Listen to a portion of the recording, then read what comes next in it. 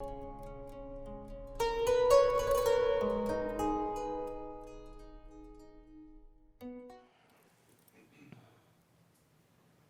everything is a relationship. And if you know how to have good ones, then you can get basically everywhere, because success, long-term success, is built on relationships. So the people who are the most successful, they have Rolodexes. Remember those? I've been watching The Office. It's so funny. I'm so into it. It's a little too close to home. But so, guess which character I am.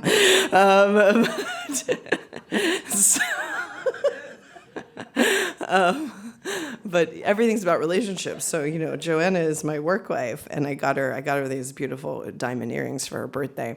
And I said to her, I was like, make sure you tell your parents I got those for you.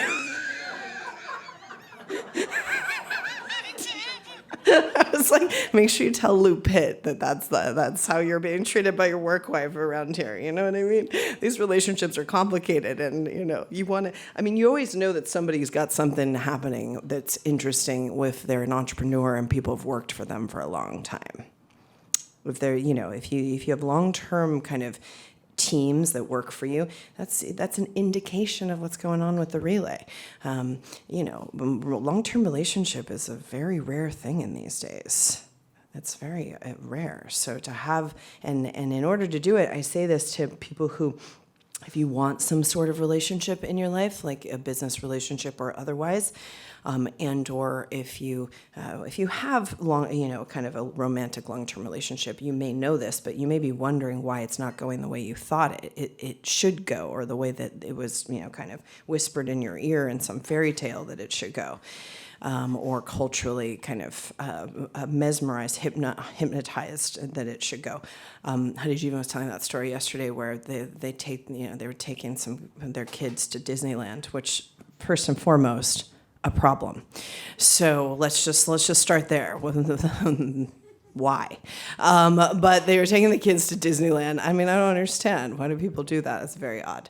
And then, it's really weird. Adults who like to go to Disneyland. Then we're in a whole nother very strange kind of mind control situation.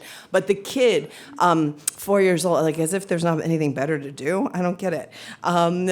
So the kid's 4 years old or something and goes into the ride, and it's like, kind of they spent a lot of money and a lot of time on those things. And the kid starts screaming, says that there's some sort of music that they're playing that's making the kid be frightened. So the youngest child kind of picked up, there was a teenager and the adults, they didn't pick it up, but the youngest child picked up the kind of hypnotic sound current underneath everything else. So there's a lot of there's mind control around this stuff, right? And very much around relationships. So we just, you meet the one, everything's perfect, you get married. Then, you live together happily ever after in sickness and health, perfectly. And then, that's it. So, that's kind of what we're working against in terms of the cultural. And then there's the opposite, because we live on a polarity planet. So then there's the opposite of kind of that there's no possibility of a good relationship. So there's the polarity as well that kind of are part of the hypnotic. Make sense? So it's like that, and then there's also just that it's that there's no chance for any of us, and so which I respect a little misanthropy, but so you kind of have that hypnosis between the two, one or the other, and we're never told that this is the highest yoga relationship. It doesn't matter. It doesn't have to be a romantic relationship. It's the highest yoga, meaning by highest, it's the most rigorous yoga. It requires the most attentiveness and energy and skill set and time and putting your attention in the right places, else you will not have a successful relationship over a chronology. So nobody's really, and even if you're maybe told that, there's very few examples. Tagnam sent me a picture of Obama posted on his Instagram, 17 years and I'm more in love with you today than I was, whatever, 17 years ago, I guess, they celebrated an anniversary, and it's Michelle, she's spooning him, and the meme says, if Obama's little spoon, I guess I can be too.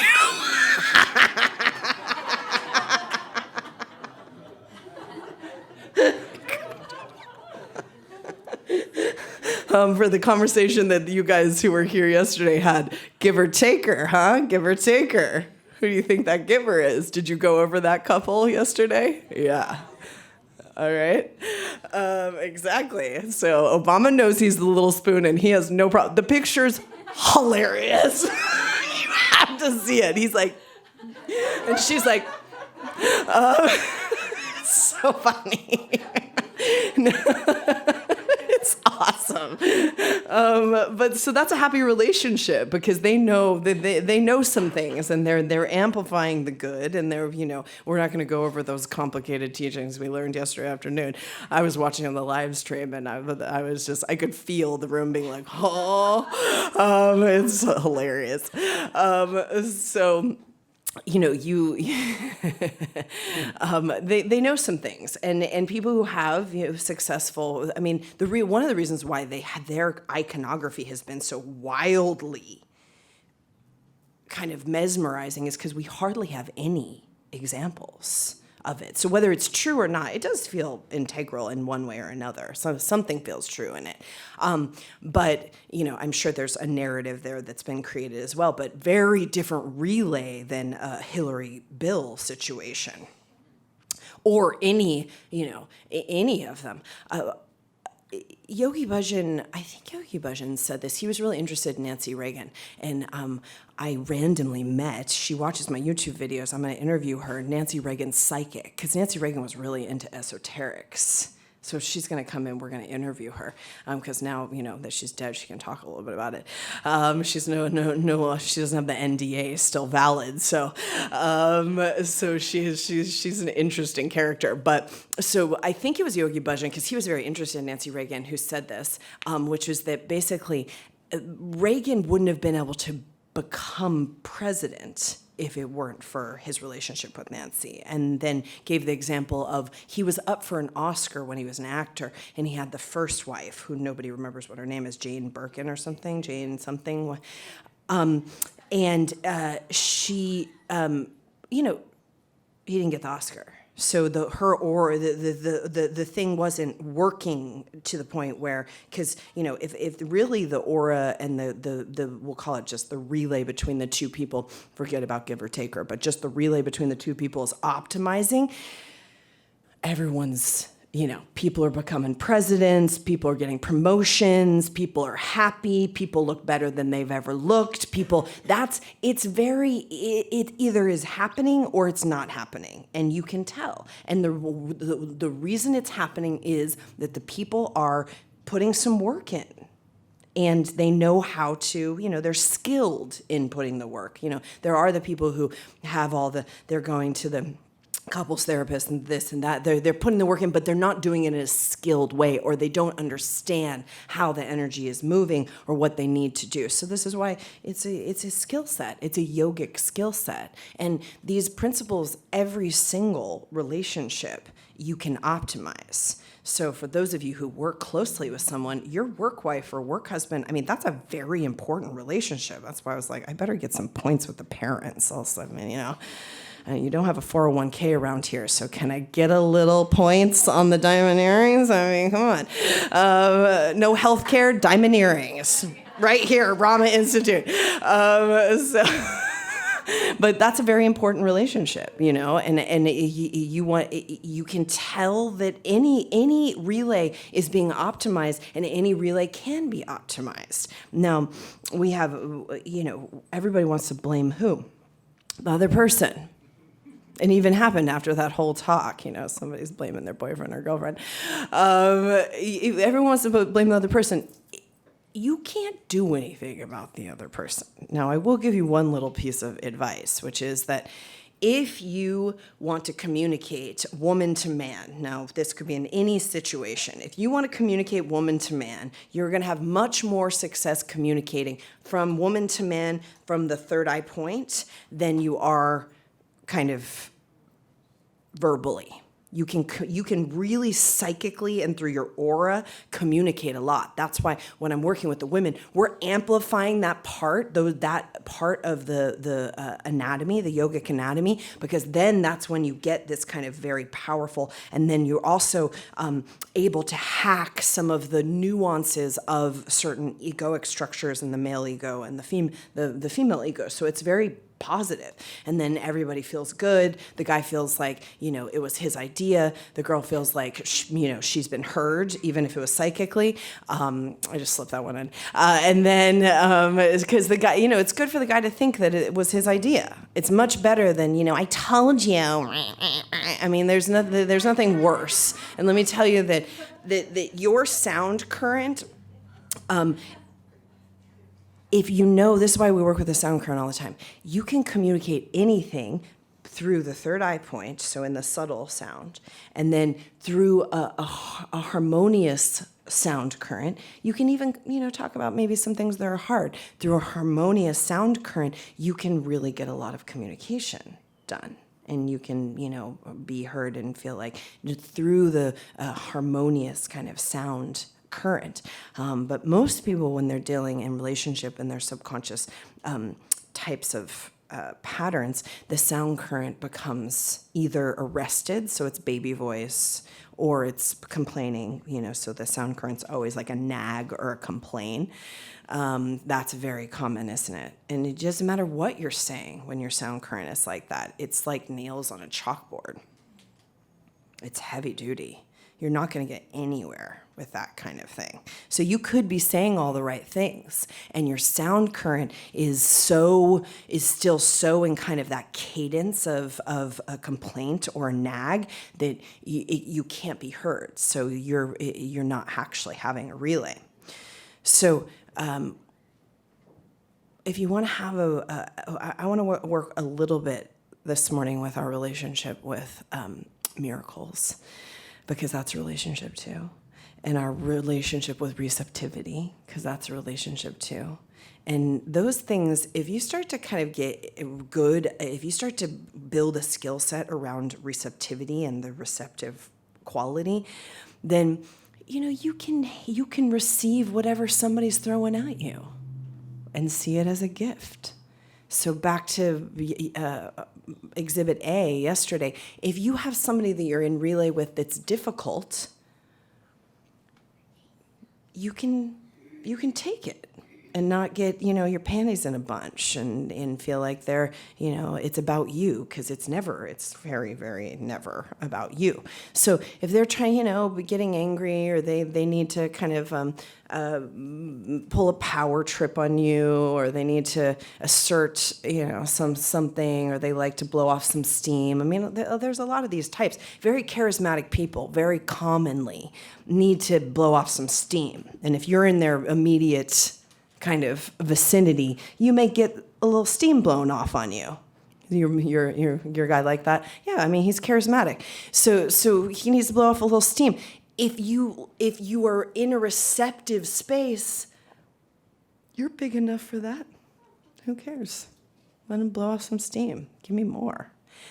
Now, if you really strengthen yourself, then and I'm talking to the people who are dealing with maybe partners or people who are a little bit more difficult. So maybe they're dealing with some trauma or some stress or some, just being charismatic people, hotheads, that kind of thing. A lot of those people on the planet, of course, none of us, but everyone else is like that. And so you can, if you have a relationship with the receptive quality, it's all blessing. That's the real yoga, is whatever they're throwing at you, it's energy, and it's a relay. And if you're receptive, you can relay with them. And you're getting good at this when you're not just one of those people that can only be around other people that look like you, have the same opinions as you, go to Air One like you do, they like the same combination at the hot bar as you do, all this kind of stuff. I mean, that's how neurotically people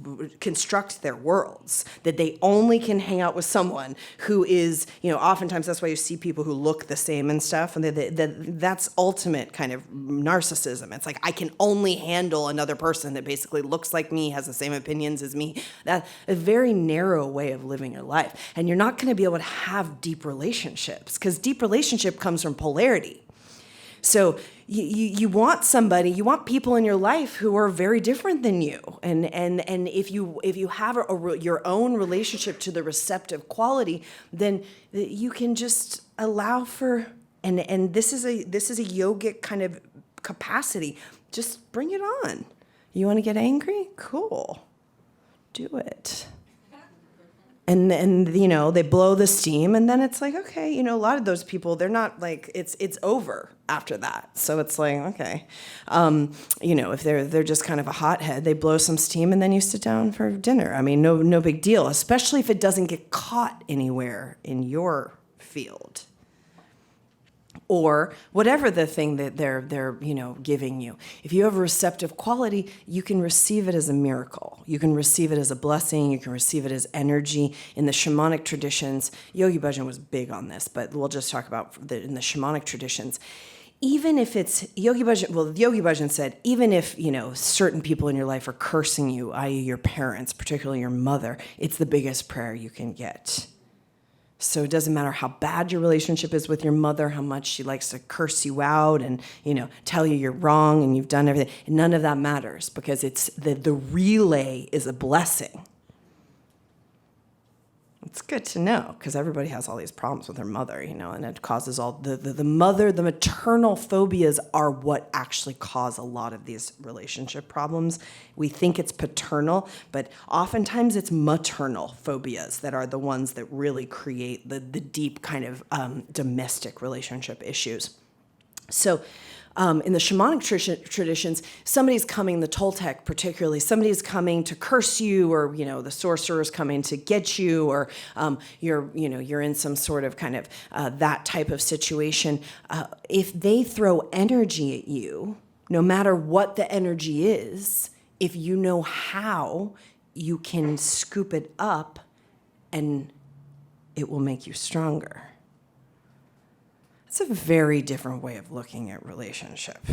Now, nobody wants to play that game, so I'm not telling you that, but I'm just saying it's possible. So if there are really difficult people in your life, they throw something at you, if you work on the receptive quality and it's an expansive quality, you can just scoop that up and it makes you stronger. It makes you stronger. It's energy. That's all it is. So you scoop it up and it makes you stronger. So that's a very sophisticated way of doing it. Yogi Bhajan, one of his favorite things is from that 25th Japji Puri. And basically, the line says, even if you bring me even if you curse me and, bring fire and brimstone and all sorts of terror and torture, whatever you bring to me, I see it as a great blessing. And I say, thank you. That's alchemy. Because when you receive something with gratitude, no matter what it is, it alchemizes and potentiates and initiates the power of the positive, miraculous force of that particular thing. So that's why you see a lot of unhappy people who have a lot of things. We talked about this over the weekend at the healing immersion, because they get something and they don't activate it with gratitude. So it instantaneously gets activated with the negative. So something negative comes at you, or your partner wants to blow some steam off, or, blame you for things that you didn't do, or, those types of things. I mean, like all the stuff that you get into massive fights about constantly in relationship. If you receive the thing, take the energy as a blessing, maybe forget about the content, and you receive it with gratitude, then you get stronger, your relationship gets stronger. Now, this sounds simple, doesn't it? So today is a miracle. It's a celebration of miracles, but the miraculous only can happen when you have strengthened your receptive powers. because the miracle's trying to happen all the time.